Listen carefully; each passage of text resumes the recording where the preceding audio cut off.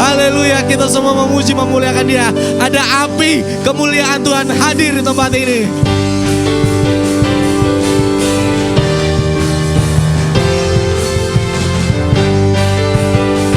Mari jemaat Tuhan, katakan dengan suaramu.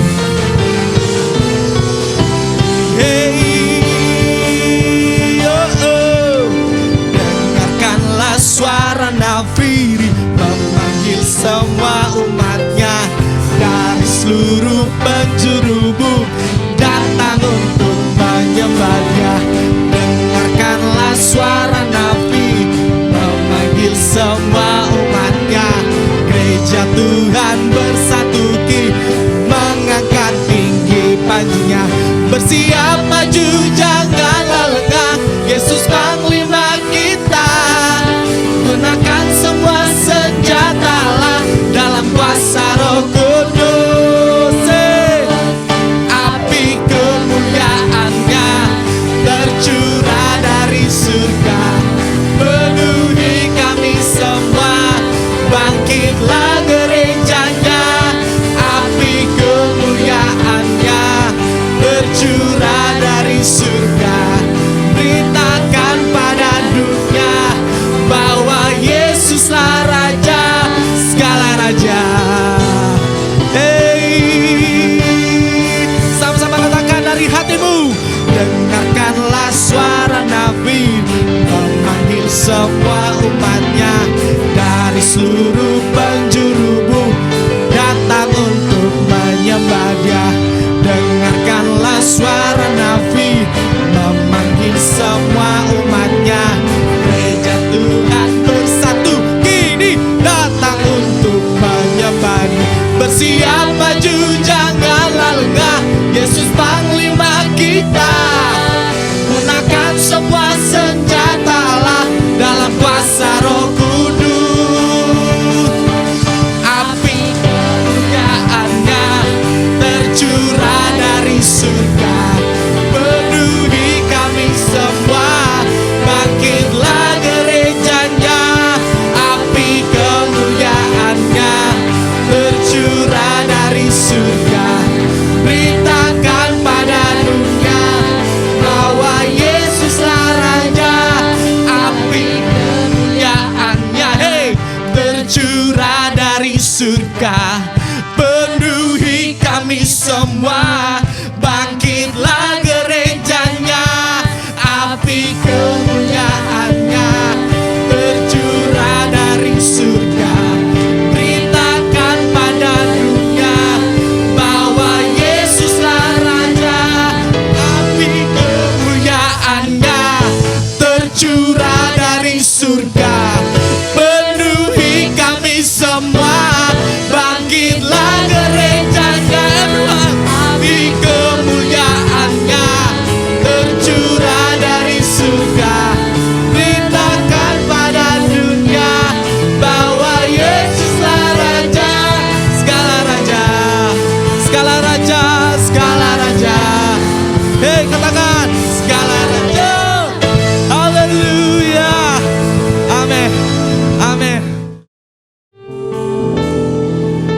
kasih Tuhan. Kami mau mengikut-Mu Tuhan. Semua karena anugerah-Mu. Semua karena anugerah-Mu. Hari ini ada,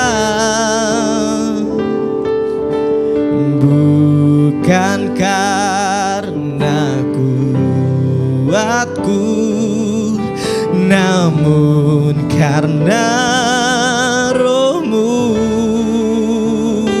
Ku bawa hatiku, penyembahanku, ku semakin berkurang, Yesus makin bertambah.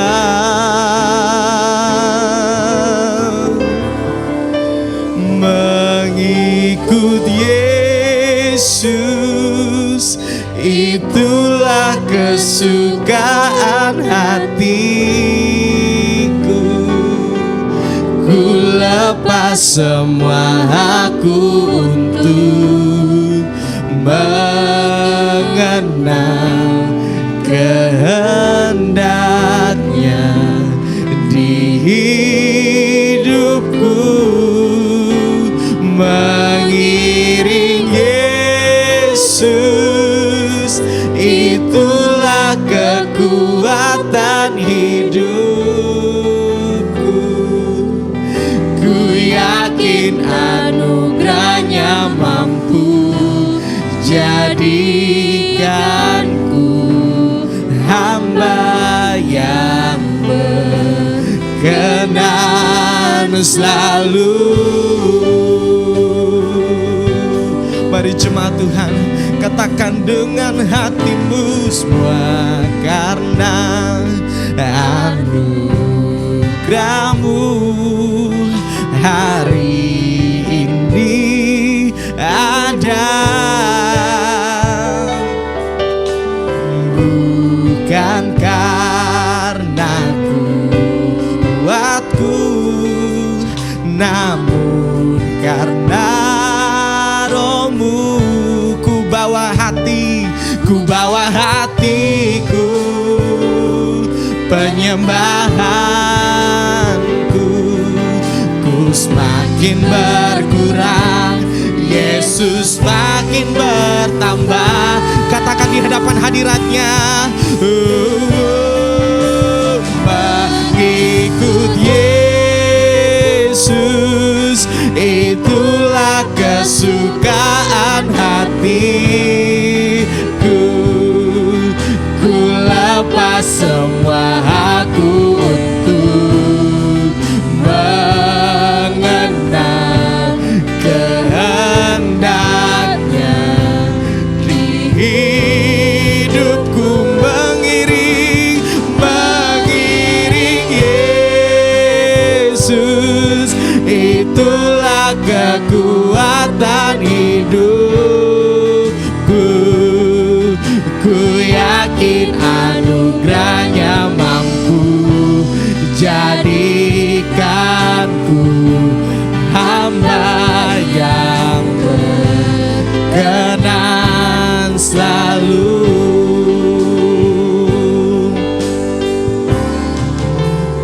Mengikut Yesus, itulah kesukaan hatiku. Ku lepas semua aku untuk mengenal kehendaknya di hidupku. Mengiring Yesus, itulah kekuatan hidupku.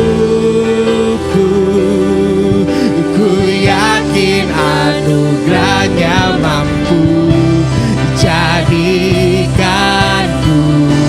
hamba yang berkenan selalu. Katakan dengan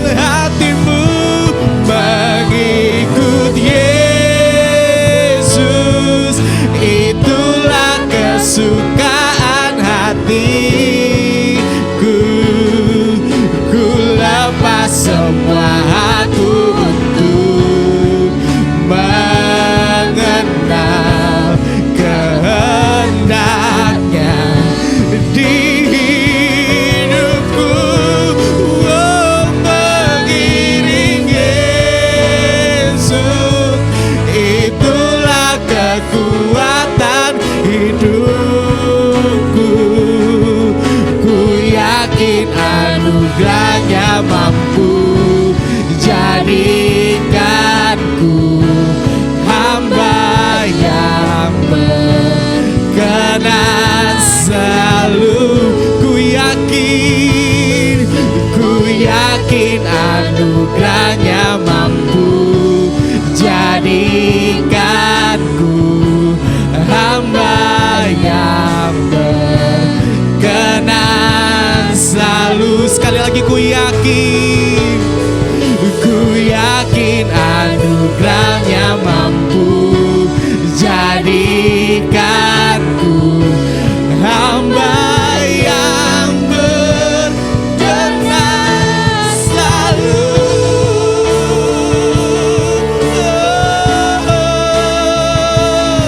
Ini penyembahan kami, jadikan kami serupa denganmu. Ku yakin akan anugerahmu Tuhan, ku yakin akan kebesaranmu Jesus. Haleluya.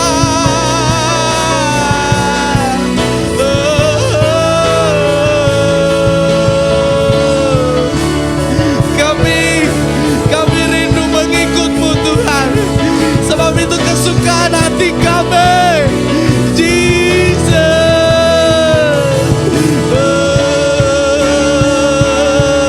Haleluya, haleluya, haleluya.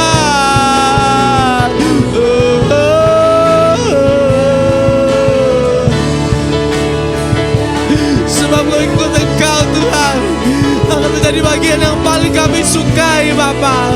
Akan menjadi kebanggaan kami mengikut Yesus.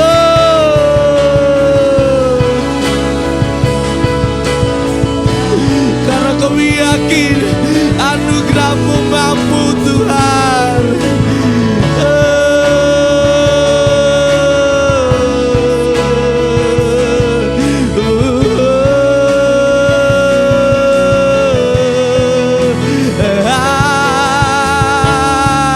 Haleluya. Jesus. Tuhan, lihat kami, lihat hati kami Tuhan. Oh, jadikan kami alat-Mu Bapa, pakai sesuai dengan kehendak-Mu.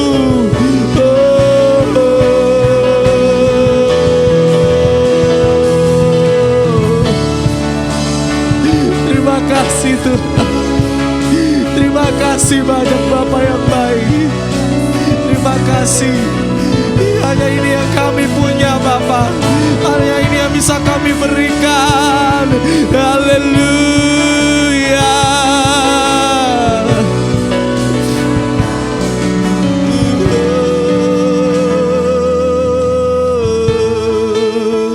Terima kasih Tuhan. Kami mau mengikut Engkau Tuhan Yesus. Kami mau mengikut Engkau Tuhan. Karena kami senang Tuhan untuk berada dalam setiap penyembahan kami. Kami mau menyembah-Mu di dalam roh dan kebenaran Tuhan.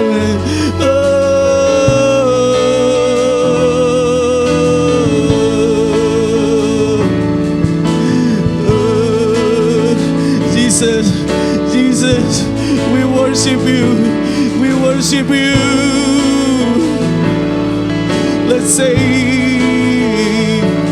oh God, I worship You. Oh God, I worship You.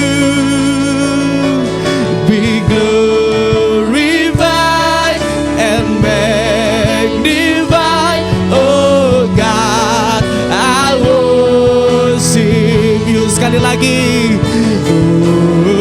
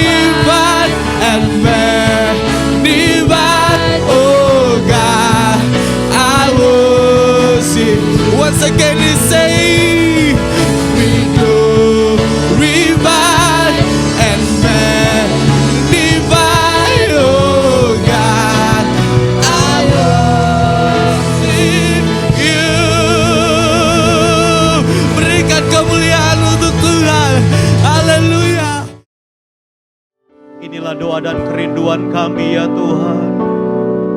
Kami tidak dapat berjalan sendiri di dalam kehidupan kami. Betul kami memiliki teman, sahabat, bahkan keluarga, suami, istri.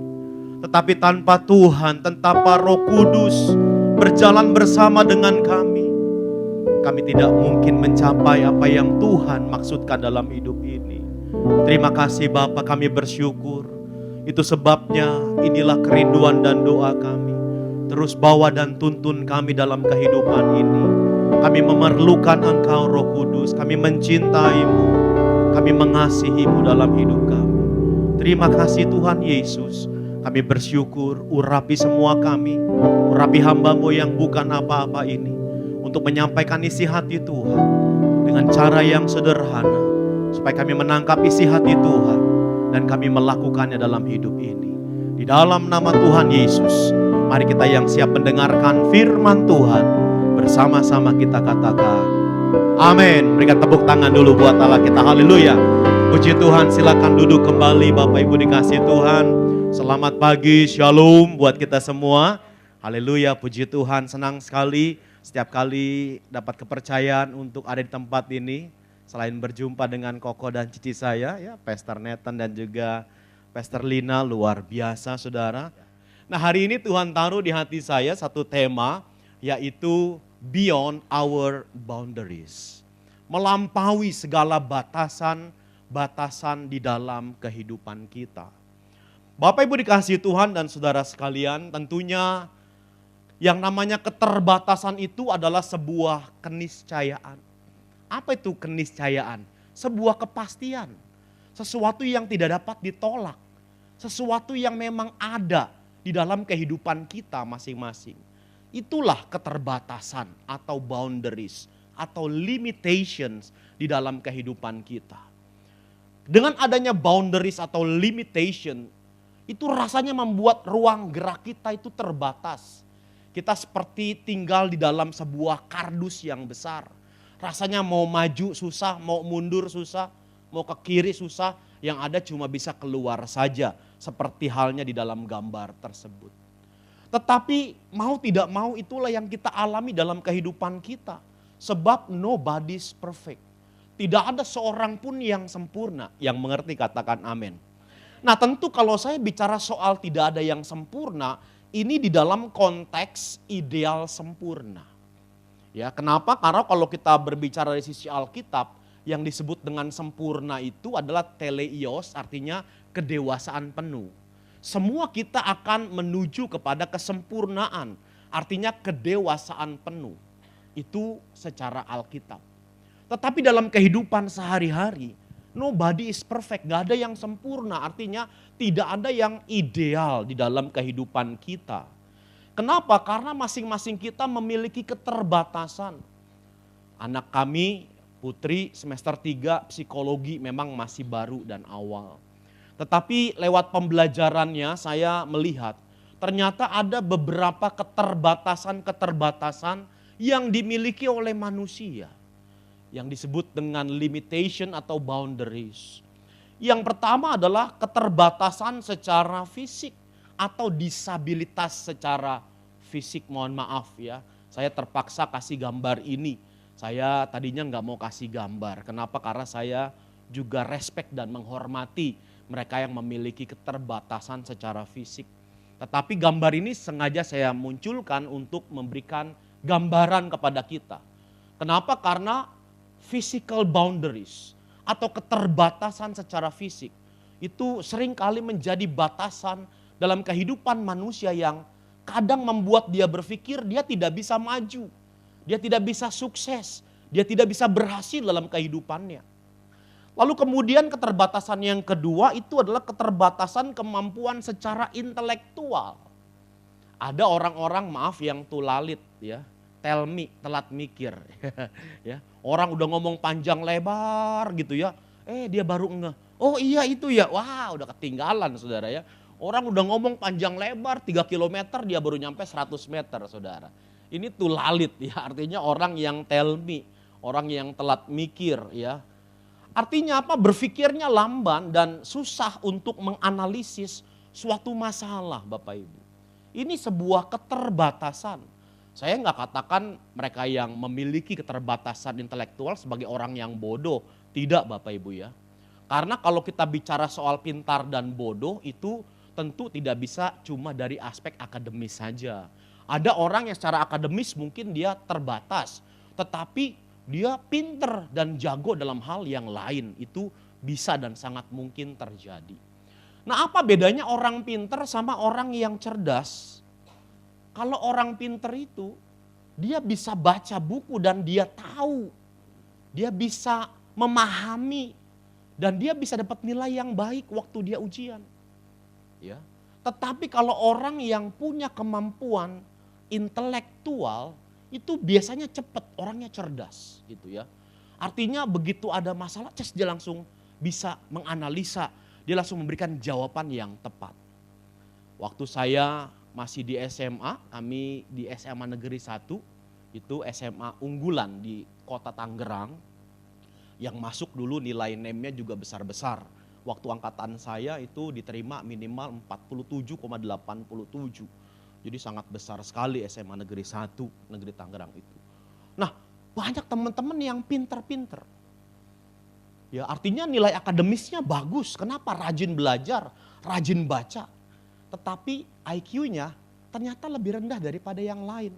Ada orang yang secara akademis nilainya nggak seberapa dibanding dia. Tetapi IQ-nya ternyata lebih cerdas. Nah, ini yang membedakan. Ya, artinya orang yang cerdas itu dia bisa menganalisa dan cepat tanggap. Bukan cuma sekedar dia pinter karena dia membaca di situ. Jadi ada orang yang punya limitation, punya boundaries itu terkait dengan apa tadi? Kemampuan intelektual, telat mikir, nggak bisa menganalisa. Kalau dia punya kemampuan intelektual, ketika menghadapi situasi, masalah, itu langsung dia bisa menganalisa. Itulah sebabnya kenapa kurikulum zaman sekarang, kalau saya tidak salah ya Ebi ya, sama Phoebe juga, biasanya sekarang lebih banyak analisa-analisa kasus dan lain-lain. Kemudian yang ketiga itu adalah keterbatasan secara psikologis. Apa itu? Pemalu, bersikap tertutup atau introvert di situ. Ini keterbatasan ya. Ada orang-orang yang memang introvert, dia malu, dia nggak bisa tampil di situ. Sampai ada tulisan yang saya pernah baca, how to love, ya bagaimana mencintai orang yang introvert. Nah, itu ada tuh ya. Jadi kalau misalnya kamu tahu pasanganmu introvert, ada tuh tulisannya bagus ya. Bagaimana kita mencintai orang yang introvert itu ada di situ ya. Ini keterbatasan secara psikologis di situ. Ya, bersikap tertutup dan sebaliknya ya, sekalipun dia mungkin ekstrovert tetapi ekstrim, pemarah misalnya, itu juga keterbatasan atau boundary secara psikologis. Lalu yang keempat itu adalah keterbatasan secara ekonomi. Anaknya pinter, cerdas, tapi sayang supporting finansialnya itu yang terbatas. Artinya kemampuan intelektualnya bagus, secara psikologisnya dia bagus. Tetapi untuk sekolah tinggi rasanya terbatas. Kenapa? Karena nggak ada biaya di situ. Orang tuanya nggak bisa membiayai. Keterbatasan secara finansial. Lalu kemudian yang kelima adalah keterbatasan perilaku. Artinya kebiasaan-kebiasaan yang sulit diubah. Sebetulnya bisa menjadi sulit karena dirinya sendiri. Dan itulah yang menjadi limitation, itulah yang menjadi keterbatasan. Nah, mari kita bermain sedikit dengan handphone kita. Biasanya kan kalau di khotbah itu jarang ya boleh main-main handphone. Bahkan ditegur sama pendeta, jangan main handphone. Nah, sekarang kita main ya. Coba tulis dalam handphone Bapak Ibu, dari 5 keterbatasan ini mana yang Anda miliki. Saya beri waktu 1 menit aja, silakan. Keluarin handphonenya, buka note-nya. Dari 5 keterbatasan tadi, mana yang Anda miliki dalam kehidupan Anda. Apakah itu keterbatasan secara fisik? Tentu enggak ya, kelihatan sini semua keren-keren semua ya. Terus kemudian keterbatasan kemampuan intelektual kah? Keterbatasan psikologis kah? Keterbatasan ekonomi kah? Atau keterbatasan dalam konteks hal perilaku? Ada kebiasaan yang sulit diubah dalam kehidupan kita. Coba ditulis sebentar. Saya beri waktu 20 menit. Wah, nggak pulang-pulang kita ya. Kalau 20 menit ya. Oke, sudah ya. Nah, coba ya. Bapak Ibu kan sudah tulis tadi. Itulah keterbatasan yang kita alami. Tapi tahukah Bapak Ibu bahwa bagi Tuhan itu bukanlah keterbatasan Anda yang sesungguhnya.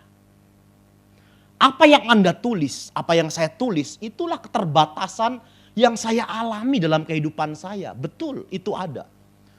Tetapi bagi Tuhan Bapak Ibu, yang Anda tulis itu bukanlah keterbatasan Anda yang sesungguhnya. Kenapa? Karena kita melihat ada orang-orang yang memiliki keterbatasan secara fisik, tetapi ternyata lebih terampil dan lebih sukses, betul nggak? Nick Vujicic misalnya itu. Bagaimana dia keterbatasan secara fisik tapi dia menjadi motivator yang sangat luar biasa. Kita melihat orang-orang yang mungkin orang tuanya miskin. Tapi ternyata menjadi orang yang sukses. Salah seorang gembala di wadah kita, GBI Gatsu. Dia bersaksi. Dia rupanya satu kampung tuh sama istri saya, orang Bangka. Jadi waktu sekolah dulu anaknya banyak kan orang tuanya. Terus kemudian orang tuanya bilang, udah ya nak, kamu cukup sampai di situ saja. Kalau kamu selesai SMA nanti adik-adikmu gak kebagian sekolah. Jadi dia hanya selesai di kelas 2 SMA kalau gak salah. Jadi gak lulus SMA lah. Dia cuma punya ijazah SMP. Lalu kemudian dia berangkat ke Jakarta ke rumah omnya. Omnya di daerah kota itu punya toko cat. Jadi dia kerja di situ, ya jaga toko, jadi sales, ya jadi tagih, dan ternyata keterbatasan secara finansial tidak menghambat orang untuk sukses. Kalau Bapak Ibu ngelihat di mana-mana itu ada supermarket bahan bangunan itu, nah itu punya dia itu pendeta saudara, ya pendeta. Bahkan dia buka perusahaan di Amerika dan orang-orang Amerika kerja sama dia saudara. Tidak lulus SMA. Ada pendeta dari GBI Gatsu, saudara. Jadi kita melihat ternyata keterbatasan finansial tidak membatasi kita. Itulah sebabnya kenapa tadi saya katakan apa yang Anda tulis itu real, itu nyata, itu juga saya alami. Tetapi itulah bukan keterbatasan kita yang sesungguhnya di dalam Tuhan. So kalau begitu apa sih our real boundaries? Apa sih keterbatasan kita yang sesungguhnya? Yang pertama, keterbatasan kita yang sesungguhnya adalah ketika kita berkata, it is impossible. Waktu kita berkata itu tidak mungkin, rasanya mustahil. Nggak bisa saya jadi orang sukses, nggak bisa saya maju, saya nggak bisa sekolah tinggi, it is impossible for me. Itulah keterbatasan kita. Saya nggak mungkin sukses Pak. Saya nggak mungkin berhasil, orang tua saya nggak sanggup kuliahin saya sampai tempat yang tinggi. Saya staf biasa, pegawai rendahan, mana mungkin saya bisa sukses. Bisakah Tuhan menolong saya? Bisa saudara. Markus pasal yang ke-9 ayat yang ke-23. Katamu jika engkau dapat. Tidak ada yang mustahil bagi orang yang percaya. Kenapa? Karena Injil Lukas yang pertama ayat yang ke-37 mengatakan sebab bagi Allah tidak ada yang mustahil. Jadi bagi Tuhan gak ada yang mustahil. Itu sebabnya kenapa tadi itu bukan our real boundaries. Boundaries kita adalah ketika kita berkata itu tidak mungkin. It is impossible. Di tempat di mana saya menggembalakan, saya punya anak-anak rohani, salah satunya saya bawa juga sekarang di sini. Ada satu orang waktu dia masih sekolah, ternyata orang tuanya dalam keadaan yang sangat susah. Sampai-sampai ada tetangga yang berbaik hati. Jadi satu keluarga ini tinggal di rumah tetangga. Itu di Tangerang. Jadi gak punya rumah dan papanya gak sanggup untuk bayar kontrakan. Jadi dia harus tinggal di rumah tetangganya. Untung tetangganya ada yang berbaik hati. Itu yang nginep bukan 1-2 orang. Tinggal itu satu keluarga. Suami, istri, anaknya 3 atau 4 saya lupa. Dan anak ini, pengerja kami, diaken ini salah satunya.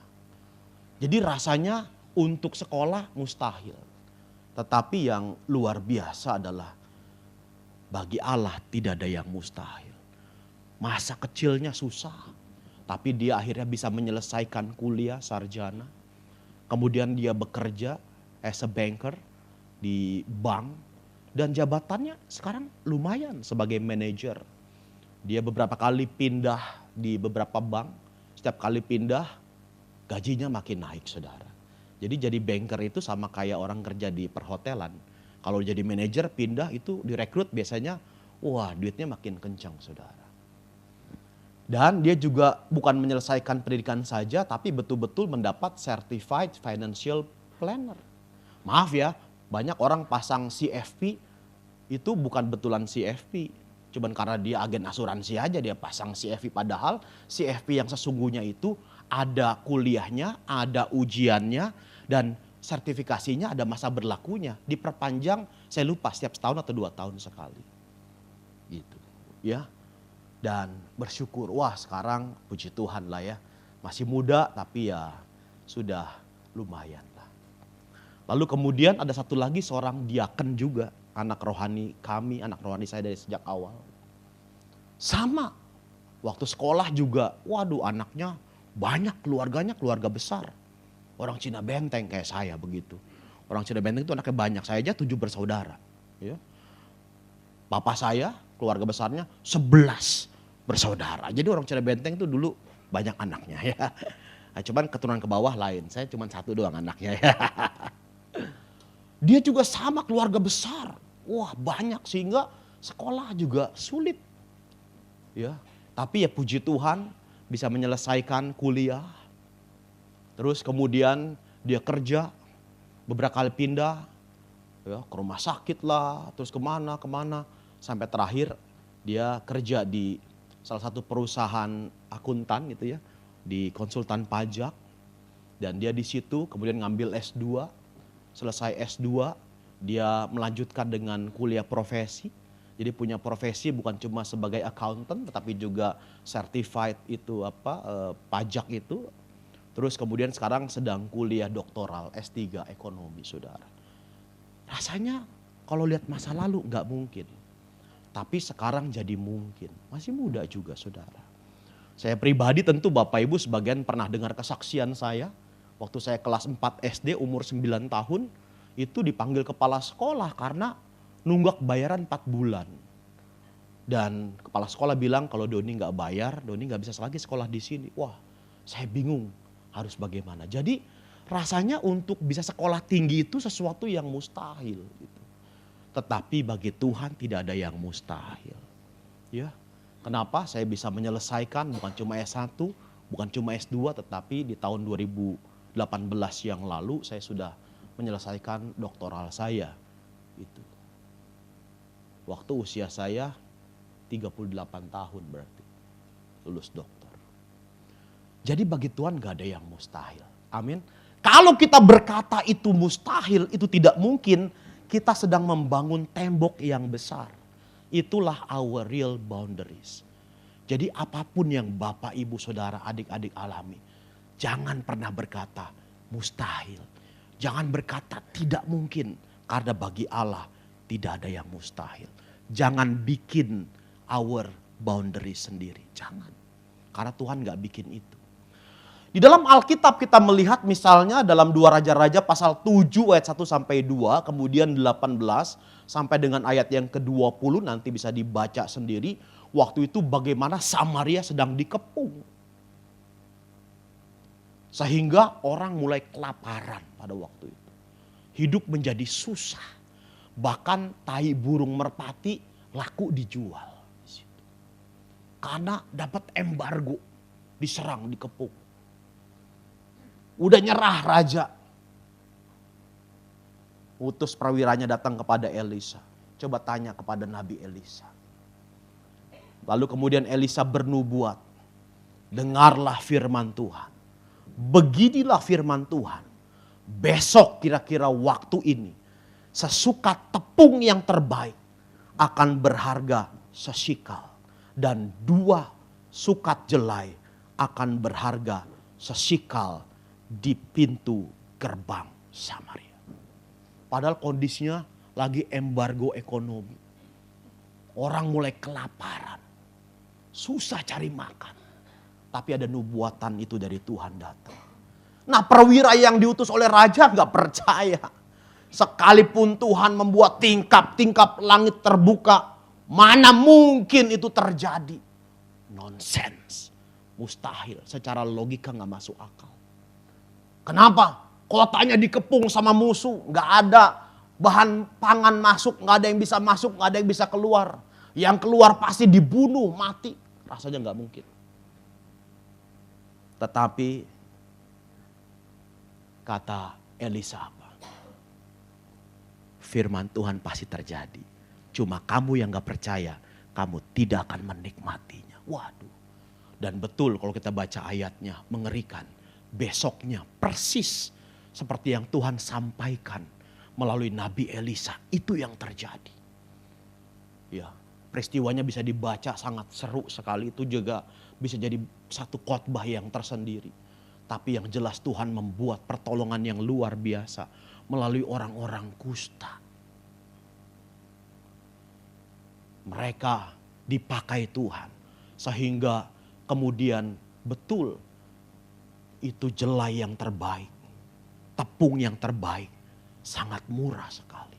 Tetapi perwira yang tidak percaya itu, yang berkata mana mungkin, dia mati terinjak-injak dan tidak menikmati apa yang menjadi janji Tuhan. Bapak Ibu dikasihi Tuhan, seringkali yang membuat kita tidak bisa mengalami mujizat dari Tuhan adalah ketika kita berkata, it is impossible. Rasanya gak mungkin. Rasanya gak mungkin, secara logika gak masuk akal. Mana bisa? Itulah boundaries kita. Itulah limitation kita. Itu sebabnya jangan pernah berkata tidak mungkin. Yang setuju katakan amin. Bilang kiri kananmu, bagi Tuhan tidak ada yang mustahil. Haleluya. Nah, kemudian yang kedua Bapak Ibu, our real boundaries adalah ketika kita berkata saya tidak bisa. Saya gak bisa. Itulah boundaries kita, itulah limitation kita.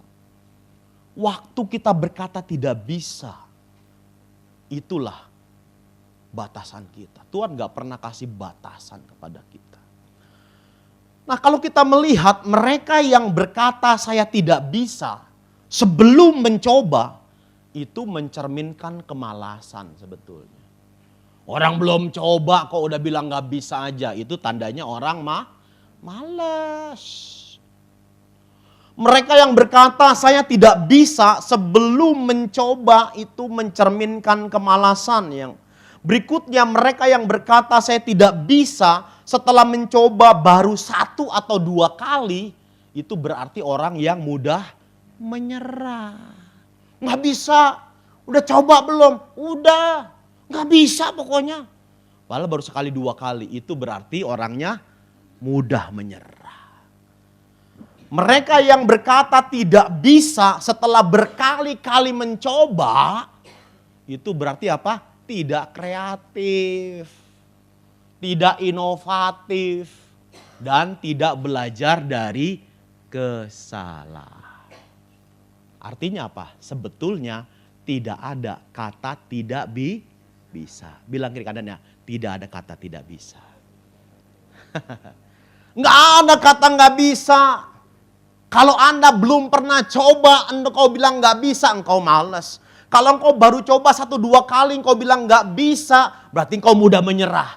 Kalau engkau udah coba berkali-kali, engkau bilang nggak bisa, berarti Anda nggak kreatif, nggak inovatif. Udah tahu nyoba berkali-kali salah, kok nggak ganti caranya? Itu maksudnya. Itulah keterbatasan kita. Kalau kita mau belajar dengan tekun, tidak ada kata tidak bisa. Amin. Hari ini saya bawa nih ya anak rohani saya namanya David juga ya. Jadi saya bilang saya bawa David yang lain ke GB Hope hari ini, saudara. Dia namanya David the Transporter. Wah, karena usahanya transportir, jasa angkut. Dia punya beberapa kendaraan ya. Tapi kalau lihat dia sekarang, ini masih muda, lebih muda dari saya usianya. Saya bilang luar biasa kesaksiannya. Waktu dia datang dari kampung, datang ke Jakarta ya, David ya. Itu waktu dia mulai kerja dalam kondisi berhutang. Kesaksian dia, nanti tanya nih orangnya ada di sini. Waktu dia diterima kerja, dapat gaji sebulan 1 juta. Tapi hutangnya udah 28 juta. Jadi bagaimana mungkin dia bisa menghidupi itu. Dan yang paling parahnya adalah orang yang memberikan pinjaman kepada dia memaksa untuk bayar lunas yang 28 juta. Dia bilang saya mau bayar, saya mau berupaya, saya nggak lari tanggung jawab. Tetapi dibawain aparat. Sehingga dia diborgol, dibawa ke HRD. Bayangkan, baru kerja saudara. Akhirnya sama HRD ya dimediasi dan jalan keluarnya adalah semua gaji dia langsung dipotong, disetor semuanya ke orang yang memberikan pinjaman. Itu artinya selama 28 bulan ke depan dia nggak terima gaji sama sekali. Dia kerja tapi dia nggak terima gaji sama sekali. Kenapa? Karena yang 1 juta itu harus bayar ke orang yang memberikan pinjaman. Dan dia cerita sama calon istrinya.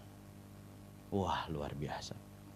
Cerita dapat istri juga cerita yang seru juga. Nanti itu lain lagi. Saya ledekin dia. Pantas kamu sekarang usahanya punya beberapa truk angkut. Karena dulu waktu dapat jodohnya dia naik truk saudara. Gandulan diangkut. Nggak punya ongkos ya untuk lihat calon istri, dia gandolan truk, saudara turun lihat ketemu sama calon istrinya. Jadi itu berkesan rupanya. Jadi kalau Bapak Ibu di sini ya punya usaha, jangan-jangan tuh berkesan karena waktu dulu dapat jodoh, begitu ya Pak David ya. Jadi dia akhirnya nggak ada uang sama sekali. Kerja tapi nggak punya uang sama sekali. Sampai akhirnya ya dari perusahaan bilang, mau nggak kamu saya pindahin ke bagian yang lain, yaitu operator forklift ya, operator forklift. Kenapa? Karena kalau kamu jadi operator forklift itu biasanya ada uang tips dari orang yang ini yang barangnya di ini ya. Jadi ada uang tips. Jadi gaji kamu dipotong, setor ke yang memberikan pinjaman, kamu bisa dapat uang dari tadi itu. Ya, uang tips karena angkut forklift itu. Tapi kamu harus belajar 3 bulan. Nah ini dia. Dia nggak punya pengalaman operator forklift. Tapi dia tidak berkata saya tidak bisa. Kenapa? Dia bilang saya mau belajar. 3 bulan dia belajar. Jadi ada extra time. Habis kerja biasa, dia belajar latihan ngoperasiin mobil forklift itu. Ya. Untuk ini peti kemas biasanya kan forklift ya buat nyusun barang gitu kan. 3 bulan dia belajar bisa, kemudian dia dipindahkan dan puji Tuhan. Secara gaji nggak dapat tapi dari uang tips itu bisa untuk memenuhi kebutuhan dia saudara. Wah luar biasa. Sampai selesai ya 3 tahun berarti ya kira ya. Ya selesai utangnya itu sampai dia udah nggak kepikir lagi. Sampai orang yang kasih pinjaman itu bilang sama dia, utangmu udah kelebihan ya. Di store udah kelebihan ya. Udah lewat 28 bulan saudara ya. Karena dia udah gak mikir lagi. Kenapa? Karena tadi itu dari uangnya itu dia udah punya uang dari uang tips itu. Jadi dan luar biasanya setelah utang yang 28 kali itu selesai. Perusahaan bikin peraturan baru. Semua operator forklift yang terima uang tips dipecat. Jadi untungnya apa? Ketika peraturan itu berlaku, dia udah terima gaji bulanan karena udah lunas itu. Wah, berikan tepuk tangan dulu buat Tuhan. Haleluya. Kalau sekarang sih udah nggak jadi usaha forklift lagi, jadi pengusaha sekarang. David the Transporter ya. Wah itu dia. Haleluya. Nah Bapak Ibu dikasihi Tuhan. Kuncinya adalah tekun dan mengandalkan Tuhan. Lukas pasal yang ke-8 ayat yang ke-15. Injil Lukas 8 ayat 15. Firman Tuhan berkata, yang jatuh di tanah yang baik itu ialah orang yang setelah mendengar firman itu menyimpannya dalam hati yang baik dan mengeluarkan buah dalam apa? Ketekunan. Jadi buah itu akan muncul dari apa? Ketekunan. Kalau Anda mau belajar, kalau kita tidak berkata saya tidak bisa, tapi kita tekun, kita mau belajar, maka kita bisa. Yang mengerti katakan amin. Zakaria 4 ayat yang ke-6, maka berbicaralah ia katanya, inilah firman Tuhan kepada Zerubabel bunyinya, bukan dengan keperkasaan dan bukan dengan kekuatan, melainkan dengan rohku, firman Tuhan semesta alam. Jadi kalau kita tekun dan bergantung sama Tuhan, maka tidak ada kata tidak bisa dalam hidup kita. Boundaries itu enggak ada. Yang terakhir, yang ketiga, supaya saya tidak dimarahin sama Cici Lina ya. Haleluya. 3, our real boundaries adalah ketika kita berkata, saya tidak mau. Orang yang berkata tidak bisa masih bisa belajar, masih bisa diberikan motivasi. Tetapi mereka yang berkata saya tidak mau, itu sudah menutup diri dan membangun tembok besar yang tebal, lebih tebal dari tembok Cina, saudara. Benar, benar. Kalau Anda bilang saya tidak bisa, masih bisa dikasih motivasi. Masih bisa diajar cara kreatif, masih bisa. Tapi kalau Anda bilang saya tidak mau, berarti memang udah nggak ada kemauan. Nggak ada upaya untuk bertindak. Ya, dan orang yang seperti itu tidak akan berhasil. Ini orang yang malas, saudara. Amsal 24 ayat 30 sampai 34. Saya akan baca ini ayat yang terakhir. Oh puji Tuhan, ayat yang terakhir, haleluya. Amsal pasal 24, 30 sampai 34. Mari kita baca. Aku melalui ladang seorang pemalas dan kebun anggur orang yang tidak berakal budi. Lihatlah semua itu ditumbuhi onak. Tanahnya tertutup dengan jeruju dan temboknya sudah roboh. Aku memandangnya, aku memperhatikannya, aku melihatnya dan menarik suatu pelajaran. Tidur sebentar lagi. Mengantuk sebentar lagi, melipat tangan sebentar lagi untuk tinggal berbaring. Maka datanglah kemiskinan seperti seorang penyerbu dan kekurangan seperti orang yang bersenjata. Jika cara hidupmu seperti itu, jangan salahkan orang lain. Jangan cemburu sama orang lain. Yang mengerti katakan amin. Hari ini keterbatasan kita bukanlah fisik kita, bukanlah intelektual kita, bukanlah emosional kita, bukanlah keuangan kita. Ya, itu betul, itu nyata, itu ada. Tapi our real boundaries adalah ketika kita berkata itu tidak mungkin, it is impossible. Our real boundaries adalah ketika kita berkata saya tidak bisa. Dan yang ketiga, saya tidak mau. Saya berdoa supaya semua kita, semua adik-adik di tempat ini, brothers and sisters, ayo. Ya, jangan berkata tidak mungkin, tidak bisa dan tidak mau. Sebab bagi Tuhan tidak ada yang mustahil. Mari kita berdoa. Bapa, kami mengucap syukur Tuhan atas firman-Mu. Kami bersyukur Tuhan bahwa Engkau telah memilih kami menjadi orang-orang yang gigih, yang penuh semangat Tuhan. Kami tidak akan berkata kami tidak bisa sebelum kami mencoba. Kami akan terus berkarya untuk Engkau Tuhan. Dan biarlah firman-Mu yang hari ini telah Engkau sampaikan kepada kami boleh bertumbuh dan berbuah lebat dalam setiap hati kami Tuhan. Kami boleh melakukannya dan kami lakukan dengan setia. Terima kasih Tuhan, kami juga berdoa untuk Pastor Doni dan juga Foni dan dan juga Michelle Tuhan.